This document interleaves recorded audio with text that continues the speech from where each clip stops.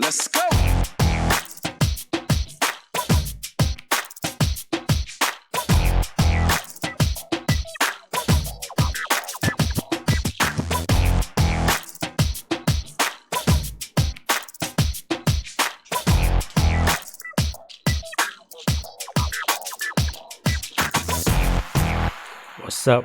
What's up? And welcome to Motor City Radio with your guest, with your host, Sexy Shakenya, and her guest, author Ieisha Moore. Good evening, Radio. This is Sexy Shakenya in the house, and we're starting. There we go. I hear it, Glenn. Glenn know how to get me together. He know how to get me together. We starting a little late, y'all, but as always, we still gonna bring you an action-packed show in the little time that we have. We have a room for the guests, and if you are tuned in to YouTube, you can see all these lovely ladies in the house. We got every flavor, baby. We got caramel, we got chocolate, we got vanilla in the house. So if y'all are tuned in, yes, I need you to reach out and touch someone. Touch these ladies tonight by calling 248-429-7224. You can ask all the questions that you like. And without any further ado, we're going to jump right in. And I want to introduce my guest. I have Ieisha Moore in the house. Hey, sweetie. Hey, how you doing? I am good, honey. She is the author of, what's the name of that book you got over there, girl? Facing My Truth. Facing My Truth. Oh, my goodness. And I'm going to give you a little background, just a little, because we don't have that much time. But I'm going to give you a little background. We did an event not too long ago. Y'all know I've been attending all these powerful women entrepreneur events. And I went to one and was actually a speaker. Yeah, who wants to hear me? But, yep, I was a speaker. And this young lady was a speaker as well. She was a presenter. And when she got up and told her story, it touched me in so many ways. It took me a minute to sit here and focus and remember where I know her from. And as soon as it hit me, the chill bumps, they just popped up. You know, I couldn't control it. So I am so happy to have this young lady here tonight. And without further ado, I want her to tell you about her book and just the inspiration for this book and how people can get it. Okay, sounds good. Again, my name is Ieisha Moore. I'm a 28-year-old woman born and raised right here in Detroit, Michigan. What inspired me to write my book was to simply help bring awareness. The story talks about my life, but it's not about me. It's bigger than me at that point. My book talks about sexual molestation, domestic violence, or thoughts of committing suicide. I was sexually molested at the ages of 8 years old. I'm 28 today. It took me over 20 years to be able to feel comfortable about saying what I've been through. So I want to help share my story to help bring someone else through the trauma. I also been through the struggle just like everybody else have. I've been through without hot water, without lights. I worked for $7.40 an hour at a fast food restaurant. But where I'm at today, I work for one of the biggest distributors for Chrysler. I'm a tax preparer. I just wrote my first book. I'm a homeowner. I own 2 vehicles. And I don't have a high school diploma or GED, but I went to college. Okay. So I just want to let people know that they can do it too. You want to adopt me? Sure. Because it sounds like you got your shit together. You know what I mean? So I just want to say I am so proud of you for you to come through all of that, because that is a lot to come through. And I know people who have suffered maybe one or two of the things that you named, because you named out several, and they haven't fully recovered just from that. So if you went through all that and still able to live what I would say a productive life, I love you. And I'm just glad that you are here. And I know that your book is going to be an inspiration to someone and whoever reads it. How long did it take for you to write the book? It may have took less than a year. Again, it happened to me when I was 8 years old. So me finally being able to come out and talk about it, it was like I already knew everything I was going to say because I held it in for so long. And what made you decide to actually start writing the book? I just felt like it's one of those things where everybody say we got a purpose in life. I felt like this is my purpose, me sent by the Most High. Everybody complain about the struggle and what they go through in life. But I feel like he give you that struggle and that push to go through what you go through so you can become stronger. It's not just for you. It's for you to share your testimony to your brothers and sisters. You're not the only one that's suffering. You're not the only one that's going through something. That's why I'm not the type of person to judge a book by its cover. Okay. Everybody go through something. You don't know what the next person is going through. Oh, my goodness. All you can do is try to be sympathetic and relate. Girl, I got chill bumps all over again. For you to be so young with all that wisdom. Thank you. Now, how is the family, the dynamics of the family? Like your mom, did she know about the molestation? It's kind of sad. Me and my heart of hearts, I felt like my mom knew, but that's a question my mom will have to answer. To this day, we're not on good terms. We don't Okay. really talk, Okay. which is sad, but That's very sad. I just gotta let go and let God. I forgive her. I feel like my mom did know 100%. I forgive her though. I'm not gonna hold a grudge or be Okay. spiteful in my life. I'm not gonna get my blessings like that. Well, I'm quite sure you've expressed that to her, correct? That you've forgiven her or that you know? Yep, I or- told her I forgive her. Okay. She was happy about that. So have y'all thought about taking it a step further, like maybe therapy to try to repair the relationship? Has that been any thought or any conversation about I that? wanted to try, but as hard as it is for me to say this, I think unfortunately I'm gonna be one of those people without a mom. My mom is dealing with her own stuff, and it's not me; it's my mom. Okay. She got to overcome her baggage in order for us to be able to move on. To this day, I heard my mom is in contact with the guy that molested me. For me, it's a dead end. It's no reason why it should be any communication for me. Oh, So fix it, Jesus. So he is a close family friend? the guy that molested me, my mom have 4 kids. I'm in the middle. I have an older brother, then it's myself. I have a younger sister, then it's my baby brother. It's my baby brother father. And he went away to prison about 20 years ago. And that's how he exited our lives. So did he go to prison because you brought it up and you went to the authorities, or someone nope. did? Right now, I'm in the process of doing that, but he actually went to jail for a murder he committed. Yeah, 20 years ago. And recently, a part of my healing for my book, I wanted to face my abuser, let him know that I know what you did to me, but you'll no longer have control over me. You'll no longer have the upper hand, things of that nature. And the of course guy he wrote me denies back. it. It was a sort of hit and miss thing. You got to read the book. It's good. I put the letters in there that he wrote me from JPay. It's kind of like a hit and miss thing. He's admitting it. He's saying things like, quote unquote, your story about your experience should be shared to little girls. What story about what experience should be shared to little girls? If you read the letter I'm writing him, I'm outright, I'm confronting you about sexual molestation. So But what story about what experience should I share to little girls? So he's very careful to not incriminate very himself. careful to try not to incriminate himself. But he also say things like in the second letter he reached out to me, he say things like, I'll be home soon. Think about it. We can bring awareness on a grand scale.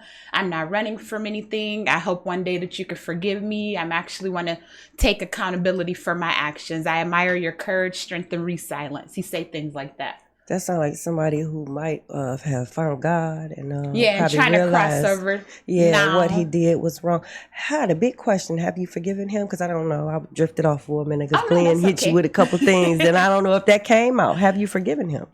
In my heart, I'm trying to get to that point of forgiveness. I told myself I forgive him. I don't have any hatred or a bad ill for him. And as sad as it sounds, like today, right now, I'm in the process of prosecuting the guy. But him writing the letters that he wrote to me, I found out that happened to him and his sisters also. They were molested by their biological fathers. As sad as it is, hurt people hurt people. Yes. So you feel like you get a pass. I'm kind of caught between the rock and the hard place because I feel like prosecuting him is going to have me a little sanity, but I know that's not a place you need to be either. So under the law, by you being a minor at the time, they say that you can prosecute after all these years? Yes. Thank God there's no statute of limitation in Michigan. So I can go back 50 years and prosecute. And I feel like with those letters that he wrote me, definitely I have enough ammunition to prosecute. I know he's kind of hitting and missing and dawning about the things he did and didn't do. But if you read the letter I wrote him, I have had no contact with this man in 20 years.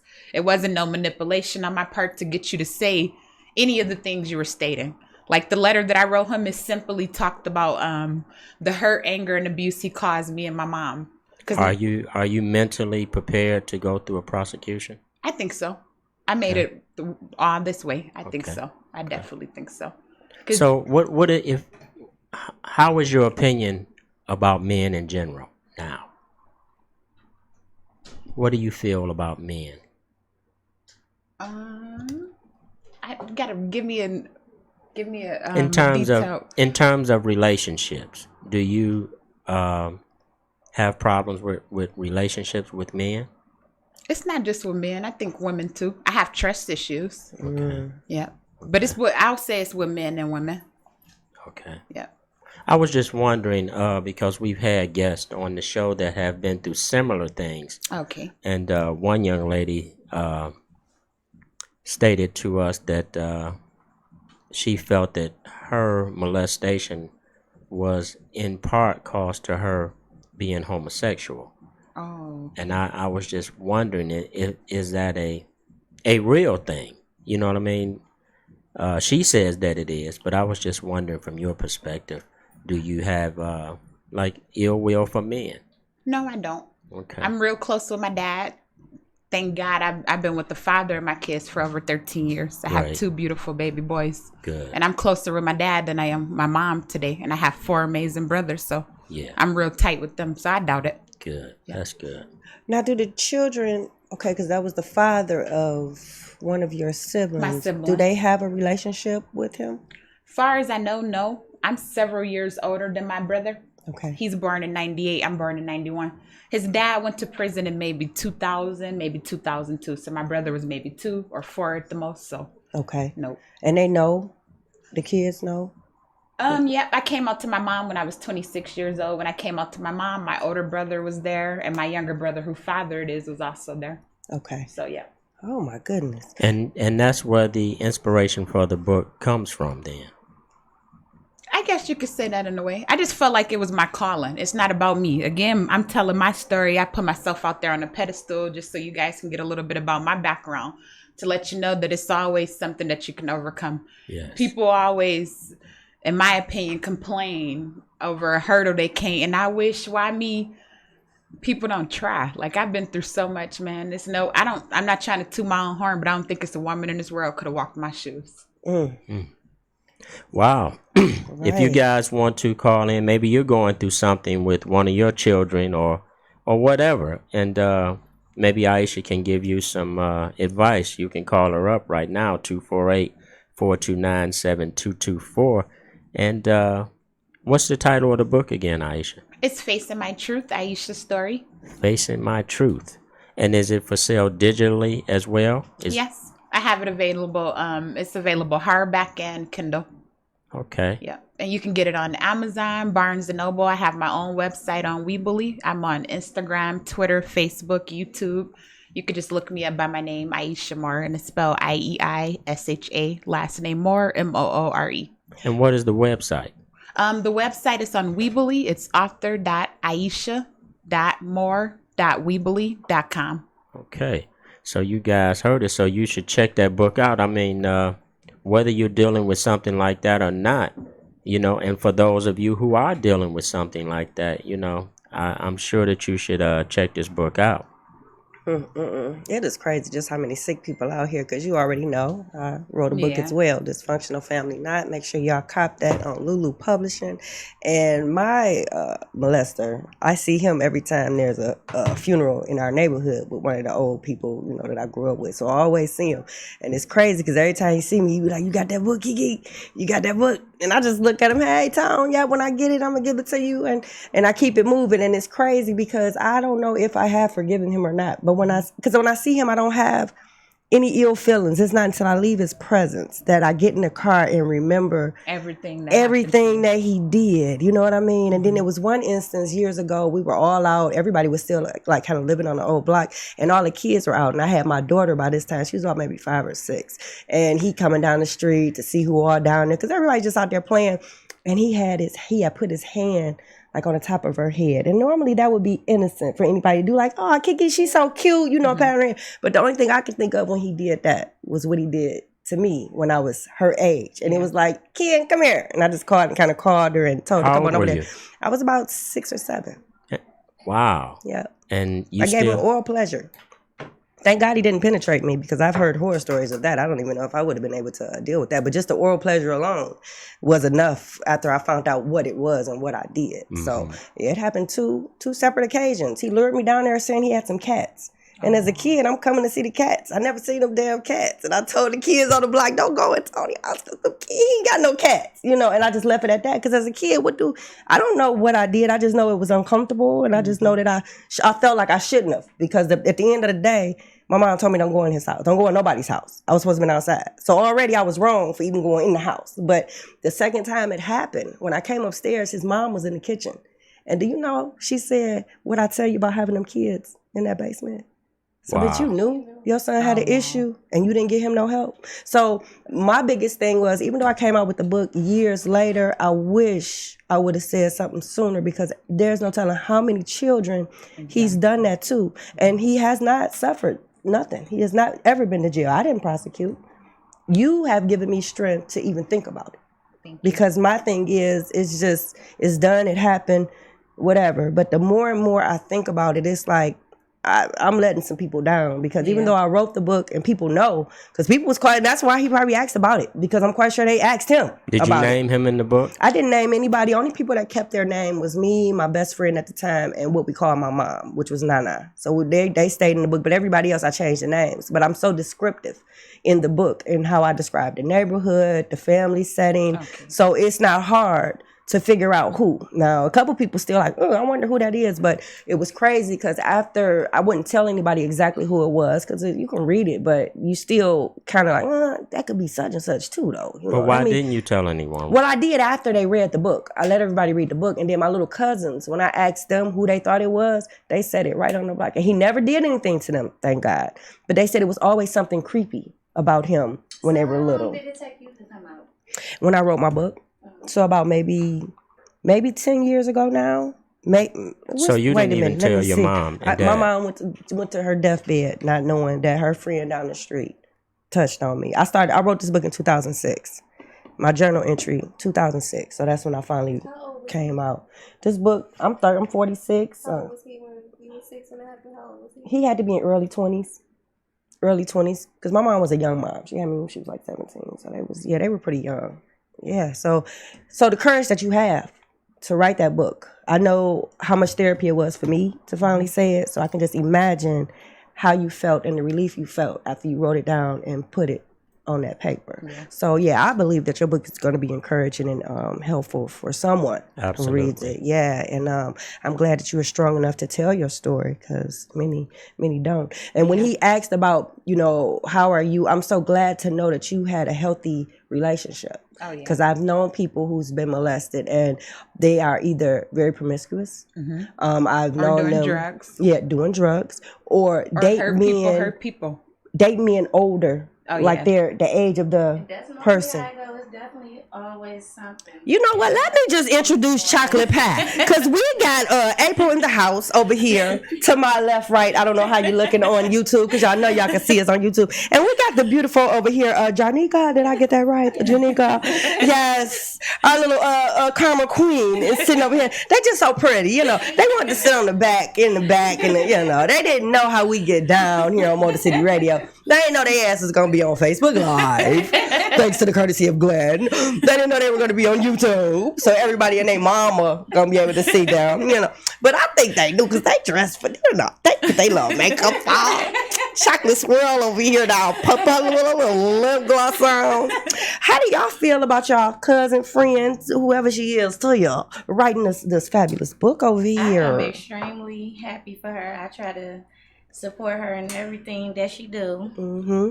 Like she motivated me to do a lot of things, like go back to school. Okay. Which I was not thinking about doing. Okay. So whenever she doing something, I try to support her in any kind of way. I'm extremely happy. Okay. Very happy. I can tell. I'm looking at your face. Her little cheeks all up. You are really happy. You know what I mean? Because people say that. I know. But they don't really be happy for you. You can tell. But you can tell. And it looks genuine. Yeah. And what about you, boo-boo? I'm proud of her. Close to the mic. Oh, so cute. You're so cute. I'm not gonna lie, I would have never knew. Okay. Like one day I was at work and she was just breaking down about everything, and she just busted out and said it. I'm like, what? Because the way she carried herself, I'm like, no. But make me cry. I know. You would never know, the way you know. Sometimes when you see when people been through something, mm-hmm. I would have never knew. And I didn't. Oh my God, I didn't, because she's so strong. Yes, yeah. Yes. She really strong. Yes. Because I couldn't have did nothing like that. It shocked me. And she's so beautiful. You know what I mean? That was one thing that got me when I first met her. She was just gorgeous. I'm like, who is she? You know, she is somebody. You know, is that your hair, sweetie? Is that all your hair? You know, I hate to go off the. You know, I know we talking about some deep shit. I'm sorry, y'all, but it's just so gorgeous and healthy. It's just I'm just saying that because she's beautiful on the inside and out. And I barely know this young lady, but it's a certain vibe that I get from people. You know, when you're ratchet, when you're this, when you're that, I pick up on it and I feel it. But it's a certain spirit in you, in and out, and it's just beautiful. And the strength, you exhibit that. You know what I mean? And it's not until you tell your story that you like, oh, and all that do is bring people in even more, you know, because it's like, wow, if she can get through it, you know, maybe I can too. You know what I mean? It's just that extra little boost. So for people who just now, because girl, I got people that just not be tuning in. They wait until I click my live on. I'm like, oh shoot, Session Kenyon, who she got on? Let me see. Let me go to the app, download that app. And you know what? I've been neglecting to tell y'all, but Vent Radio, we have our own app now. Glenn, can you tell people about this app that we got? Because we doing big things. I know I've been telling y'all to download TuneIn because that's how you normally get us. But if you use an Android, you can go to your Android store and just search Vent Radio, one word, and our app is the first one that pops up at the top. If you're a big shot and got an iPhone, then go to the iPhone store and search the same thing, Vent Radio, and we will be the first app that pops up. Click on it, download it, and you can take Vent Radio with you 24 hours a day, 7 days a week. And let me shout out to our media partner, Worldwide Core Networks. Yes. And you can also get our broadcast over there with them at www.crush1radio.com. So, you know. Oh, I love to see black people come together. I seen Boss Lady at your event. She slid up in there. I didn't get a chance to hug and kiss on her, but I did get a chance to wave and let her know I see you. Absolutely. I love black people working together. I love black people too, but I really love black women. I know you do, Glenn. I know you do. Sterling, I would have loved to have him on, y'all, but y'all, we had a little mishap tonight. You know, I'm going to tell y'all. I was a little late starting, so I didn't get a chance to confirm with my brother, but he has another premiere coming out Sunday. Yeah, Glenn, you got the details. He is rescreening the movie Orphaned. Yes. Sterling Davis is an original Detroiter who started out in the industry with me. He was the first person that I signed to my then Song King label. And he moved to LA and pursued a film career. And he's back home this Sunday from 2 to 5 p.m. we will be screening his new movie Orphaned, and the address is 9157 Gratiot Avenue at the Right Choice Banquet Hall.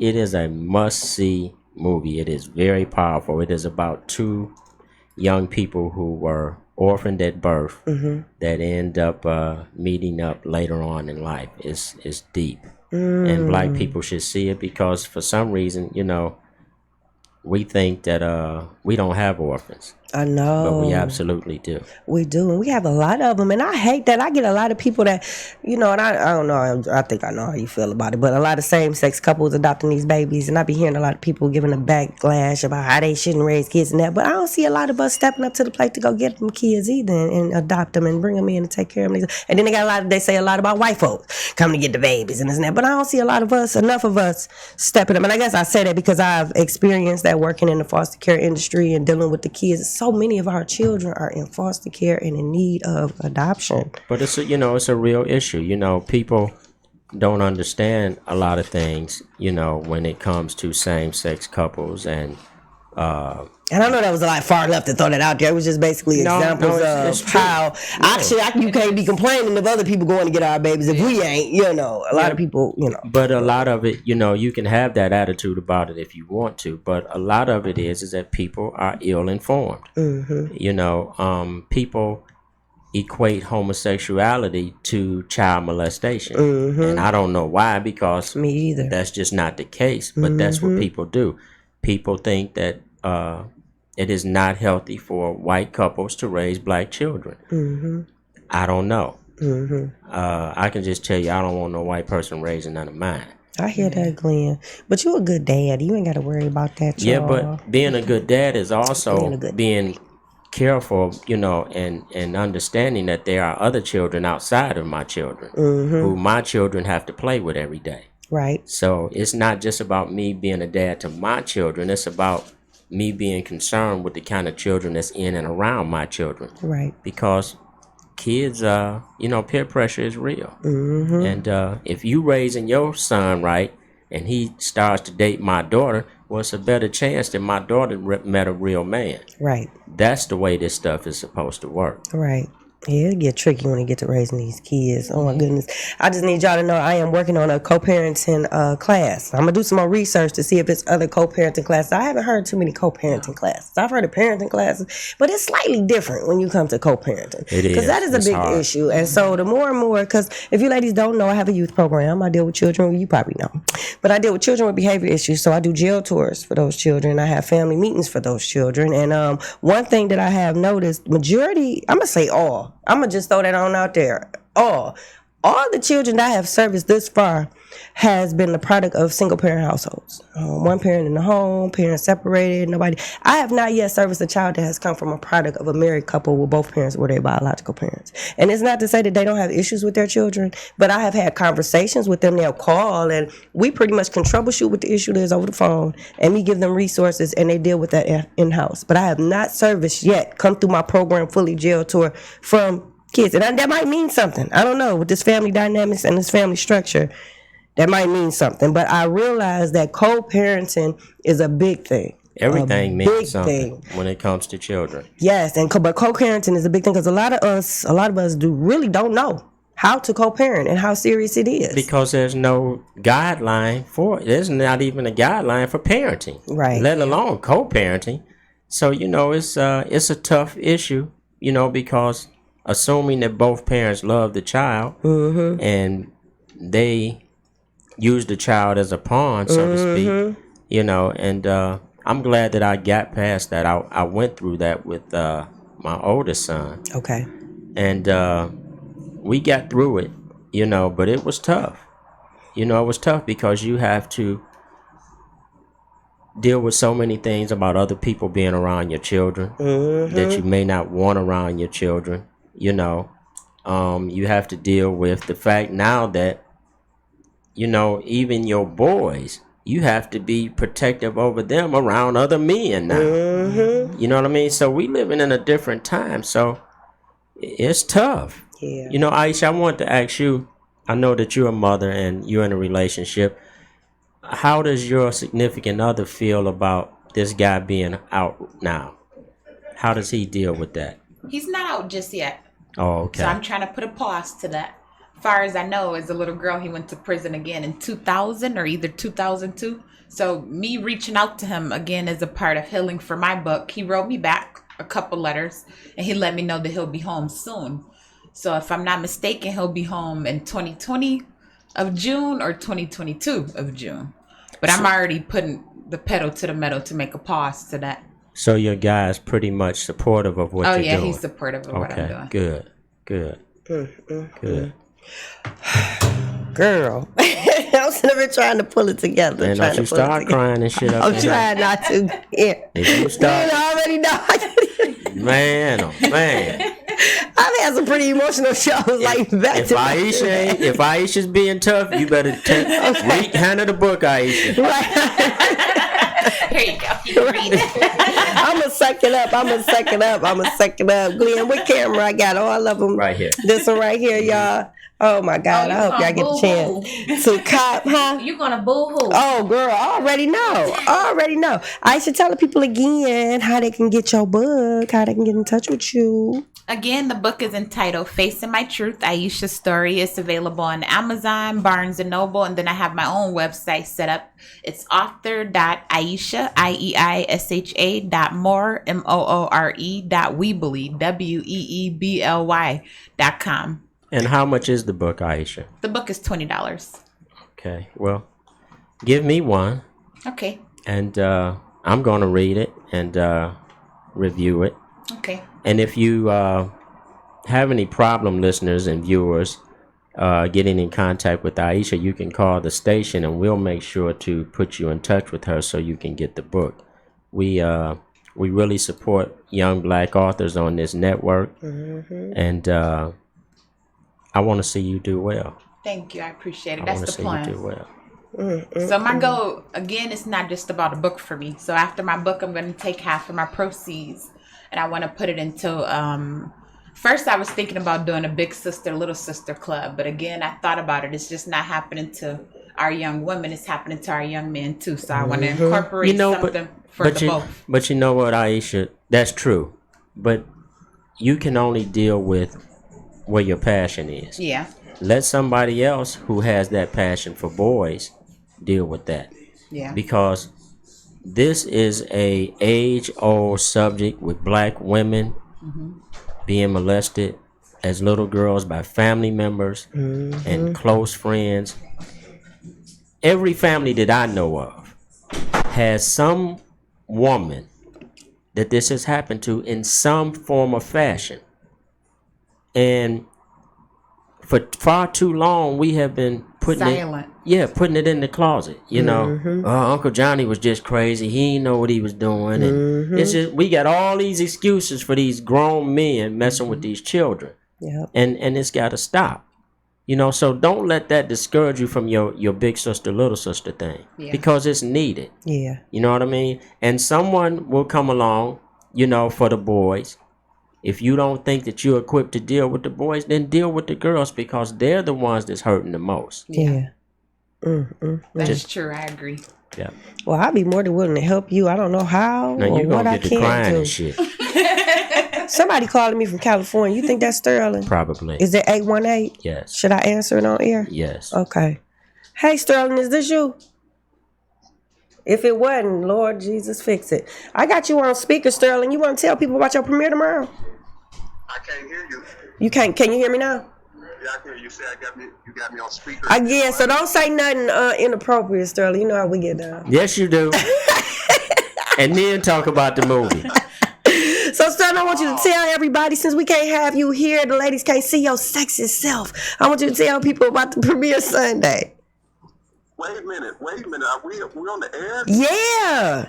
I was calling to ask you out on the date. Well, damn, Sterling. Damn, that's ratchet. Right. I'll call. We'll talk later. How about that? But for right now, just tell people about the premiere of the movie. Okay. The movie is called Orphan, and right now we're up for a couple of awards for some film festivals, and I wanted to come. It's actually been out since November, and we have national distribution via Amazon, and so people were talking about me and saying, hey, look, man, you got to come and share. You know, I mean, you from the D, you got to come and share with your people. So, you know, I came back here, as you know, last week, you know, to do a screening for my Detroit people. It went really well. So now they added a second screener, which is this Sunday from 2 to 5. You know what I mean? And all y'all should come down. I'm guaranteeing people that it's going to be one of the best movies you've seen. And right now they're talking about it's the best indie intriguing indie film of this year. Oh, so wow. That's what, you know, the critics have said. So we want to see, you know, my hometown people here in Detroit, what they say as critics. All right. The movie starts a cast of, I like to put people on. So there is a cast of people that you know that have bit parts in movies, you know, like roles that they may have had 2 or 3 lines. But one person you will recognize off the bat because they've done over 400 movies, you know, and they're in the movies. But I want you to come down and see the movie, and then you'll see who that person is. Okay. And but you'll enjoy. Y'all see how you did that little cliffhanger? You know, keep us hanging a little bit. Any naked women in the movie. Exactly. And I employed 7 people from Detroit. Okay. For this movie. In fact, I'm going to do a radio interview right as we speak. Okay. And he's rolling out with me, and you know, Ken Johnson. So he's, you know, when you leaving? When you going back? He's from Detroit. When you going back? We have No Trees Banner. I'm sure you guys know her, comedian No Trees Banner from here. But we have a lot of other people. You just have to come down and support your Detroit people. You know what I mean? Okay. Well, I hope everybody turn out. When you leaving? I'm leaving on Monday. Okay. Can I go back with you? Absolutely. Okay, I'm gonna give you a call after the show. Okay, Sterling, thank you, one sweet. ratchet ass show. Thank you for calling me, and honey, I wish you the best of luck, and I am so proud of you. And I'll talk to you soon. Thank you. Talk to you later. Bye bye. All right. Trying to get with my cousin. I'm trying to go out. I just want to go out there I just want to go to Cali for a couple days to get away. I gotta get my head right. I'm just stressing. So I want to go to Cali just to get away from it. So you stressing now? Yeah, so I'm gonna just get away from it. That's how we do around here. Just change the climate. Just Oh, but it's hot here. I can't even use that as an excuse. But Cali, I want to go. I want to go. I went there last year, and it was really, really nice. I said I wanted to go back. I love LA. Yeah, so I want to go back for a few days. After a few days, it's time to come back home. Well, it's time to go somewhere. Yeah, that's how it was. I loved it, but after a few days, y'all was ready to come back to the crib. But y'all, it is almost that time to wrap up. Oh my God, this little time, and it was a little time today because we started late as hell, y'all. I'm so sorry. Ieisha done wrote all over her damn arm. I'm wondering what happened, Ieisha. Well, Ieisha, I am so proud of you. This one on my arm is my deceased brother-in-law. He committed suicide Oh. about 3 years ago. He was only 21. Is that in the book too? Yep. It talks about him in the book. Don't tell every damn thing in the book. How the hell we gonna sell the book? Yeah, but she said it earlier. I don't even want to pay her for the damn book. Well, she said the stuff that was in it, but I didn't know, it was so close to home. It's close to home.